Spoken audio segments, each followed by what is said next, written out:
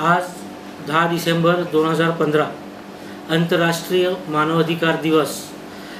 आमची संस्थानी पुऱ्या भारतात 13-14 राज्यांमध्ये आजच्या दिवशी कार्यक्रम आयोजित केले आहेत। त्या कार्यक्रमाच्या माध्यमातून त्या 13-14 कार्यक्रम जे राबवले आहे आजच्या दिवशी, त्या सर्व कार्यक्रमातून मी एक संदेश देण्याची इच्छुक आहे आणि तो संदेश मी भारताच्या लोकसभे त्याला देण्याची इच्छा करीतो की जे वॉटरवेज बिल लोकसभेमध्ये जे पेंडिंग पडलं आहे त्या बिलावरती अशी माझी इच्छा होती की लवकरात लवकर त्याला मान्यता मिळावी आणि ते लवकरात लवकर अंमलमध्ये यावं। त्याच्याने भारताला खूप मोठा विकास भेटणार आहे, ते ज्याच्याकरून शेतकरीचे पण विकास होणार आणि ते भारतासाठी लई मोठं आणि खूपच उपयोगी वस्तू होणार। जय हिंद। मानवाधिकारची माहिती। आता मी तुम्हाला मानवाधिकारबद्दल माहिती देतो आहे की मानवाधिकारची स्थापना 1215 मॅग्ना कार्टा नावाच्या कलम आणि कायद्यामध्ये सुरुवात झाली।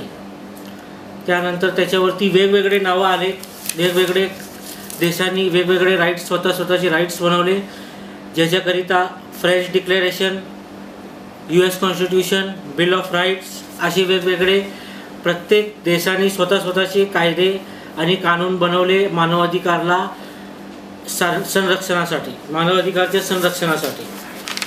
त्यानंतर वर्ल्ड वॉर II आंतरराष्ट्रीय युद्ध 2 याचा आरंभ झाला आणि त्यानंतर या गोष्टीमध्ये खूपच त्रास व्हायला लागला प्रत्येक वेगळ्या राज्यांना की त्यांच्यावरती कोणी येऊन अतिक्रमण हमला करतो, कब्जा करून घेतो। त्या सर्व दृष्टिकोनामध्ये असे वेगळे कंट्रीचे बिल येतात। त्यानंतर संयुक्त राष्ट्र ह्यांनी एक अशी मीटिंगची भूमिका निभावली की सर्व राज्यांना तिकडे जमा करून त्यांचे मत घेतले आणि याच्यावरती एक असं कानून बनवायची इच्छा प्रगट केली की ज्याच्याकरून की कुठलेही माणसं कुठल्याही राज्यामध्ये जाऊन बळजबरी घुसून राज्य नाही करू शकणार। त्या दृष्टिकोनामध्ये मानव अधिकारचे निर्माण केले। 10 डिसेंबर 1948 मध्ये संयुक्त राष्ट्रांनी या वस्तूची स्थापना केली आणि ज्याच्यामध्ये फुल मेजॉरिटीमध्ये 56 वोटाने 56 मताने जिंकून निवडली। म्हणून आज पुऱ्या पृथ्वीवरती संयुक्त राष्ट्र एक संस्था आहे जे मानवाधिकारचं सर्वात मोठं संरक्षण करत आहे। धन्यवाद। आज 10 दिसंबर 2015 अंतर्राष्ट्रीय मानवाधिकार दिवस के निमित्त में मैं कुछ आप लोगों को मानवाधिकार के बारे में जानकारी देना चाहता हूँ कि ये जो हमारी संस्था है अंतर्राष्ट्रीय मानवाधिकार समिति, इंटरनेशनल ह्यूमन राइट काउंसिल, इसने जब अपना काम शुरुआत किया था तब हमें कहीं पे ऐसा लगा था कि जो सुशिक्षित लोग हमारे देश के हैं वो शायद मानवाधिकार अच्छे से जानते हैं, लेकिन जो अशिक्षित लोग हैं वो शायद मानवाधिकार पूरी तरह नहीं जानते। लेकिन जब हमने ज़मीनी लेवल पे जाके काम करना शुरू किया तो हमको एक एहसास हुआ कि शायद जो पढ़े लिखे लोग हैं शायद वो भी नहीं जानते कि मानवाधिकार क्या है। और इस दृष्टि से मेरा ये आप सब लोगों को एक छोटा सा पैगाम मैं देना चाहता हूँ कि आप आइए हमारी संस्था में जुड़िए और हमारी लड़ाई का एक हिस्सा बनिए। हम चाहते हैं कि आपको हम खुद सक्षम करें कि आप अपनी लड़ाई खुद लड़ सको। कब तक आप किससे न्याय मांगोगे, कब तक आप हमारे दफ्तरों में आओगे, कब तक आप हमारे पास आके न्याय मांगोगे और हम कब तक आपकी मदद करेंगे। इसलिए कहीं ना कहीं आपको अपनी मदद खुद करनी है और उसके लिए आपको एक सक्षम इंसान बनाने के लिए, एक मानवाधिकार पर्याप्त इंसान बनाने के लिए हम पूरी कोशिश करते हैं।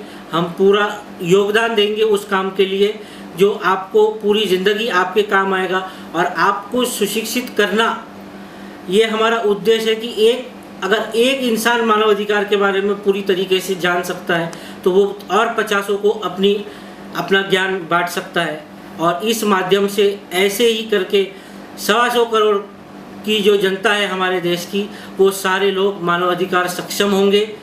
और यही नहीं, अगर हम लोगों ने मानवाधिकार का स्थापना बहुत अच्छे से जब पूरे भारत में अगर कर दी, पूरे भारतवर्ष के अंदर, तो शायद एक वक्त ऐसा आएगा कि सरकारों को भी अपना काम करने का तरीका और रुख बदलना पड़ेगा। जय हिंद। मी बबनराव देसाई उर्फ BS देसाई, मुंबई राष्ट्रवादी काँग्रेस पक्षाचा उपाध्यक्ष असून मी या विभागामध्ये सामाजिक, सांस्कृतिक अशा प्रकारचं काम करत असतो। राजकीय क्षेत्रामध्ये या विभागातील जी काही ठळक काही लोक आहेत, पक्षाच्या माध्यमातून मी या ठिकाणी काम करण्याचं काम करतो। आंतरराष्ट्रीय मानवाधिकार समिती मुंबई यांच्या वतीने या विभागामध्ये 10 डिसेंबर हा जो मानवाधिकार समिती 10 डिसेंबर 2015 हा दिवस आंतरराष्ट्रीय मानवाधिकार समिती म्हणून साजरा केला जातो। या विभागामध्ये शालेय तसेच उच्च आणि माध्यमिक शाळांच्या माध्यमातून या रॅलीचं एक नियोजन करण्यात येतं। त्या रॅलीमध्ये असंख्य संख्येने या विभागातील मुलं सहभागी होतात। या रॅलीचं एक महत्त्वाचं असं काम आहे, समाजामध्ये समाज प्रबोधन करण्याचं काम।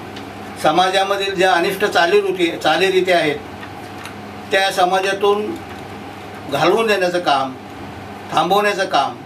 त्याचप्रमाणे मानवाचे जे काही अधिकार आहेत, मानव म्हणून त्यांना घटनेने दिलेले जे काही अधिकार आहेत, घटनेची जर पायमल्ली होत असेल, त्यांच्या अधिकारावर जर कुठं गदा येत असेल तर त्यांचे अधिकार काय आहेत आणि आपण त्याच्यावर काय उपाय केले पाहिजे, त्या अन्यायाविरुद्ध आपण कसं लढलं पाहिजे याचं प्रबोधन करण्याचं काम या रॅलीच्या माध्यमातून, शिकवण्याच्या माध्यमातून केलं जातं। ह्या रॅलीचं नियोजन या विभागातील सर्व शाळांच्या माध्यमातून करण्यात आलेलं आहे। या रॅलीला हजर राहणं हे माझं प्राथमिक कर्तव्य होतं, पण काही वैयक्तिक अडचणीमुळे मी या रॅलीमध्ये भाग घेऊ शकत नाही, थांबू शकत नाही, म्हणून मी या ठिकाणी माझं मनोगत व्यक्त करत आहे। या रॅलीमध्ये ज्या विद्यार्थ्यांनी, या विभागातील विद्यार्थ्यांनी जो सहभाग घेतलेला आहे त्यांना एक छोटीशी भेटवस्तू म्हणून परीक्षा पॅड देण्याचा संकल्प मी या ठिकाणी केलेला आहे। तरी तो त्यांनी स्वीकारावा आणि अशाच प्रकारचं समाज प्रबोधनाचं काम त्यांनी वेळोवेळी करावं। पक्षाचा एक कार्यकर्ता नात्यानं मी सदैव त्या विद्यार्थ्यांच्या आणि या संयोजकांच्या मागे राहील। एवढे बोलून मी माझा संदेश संपवतो।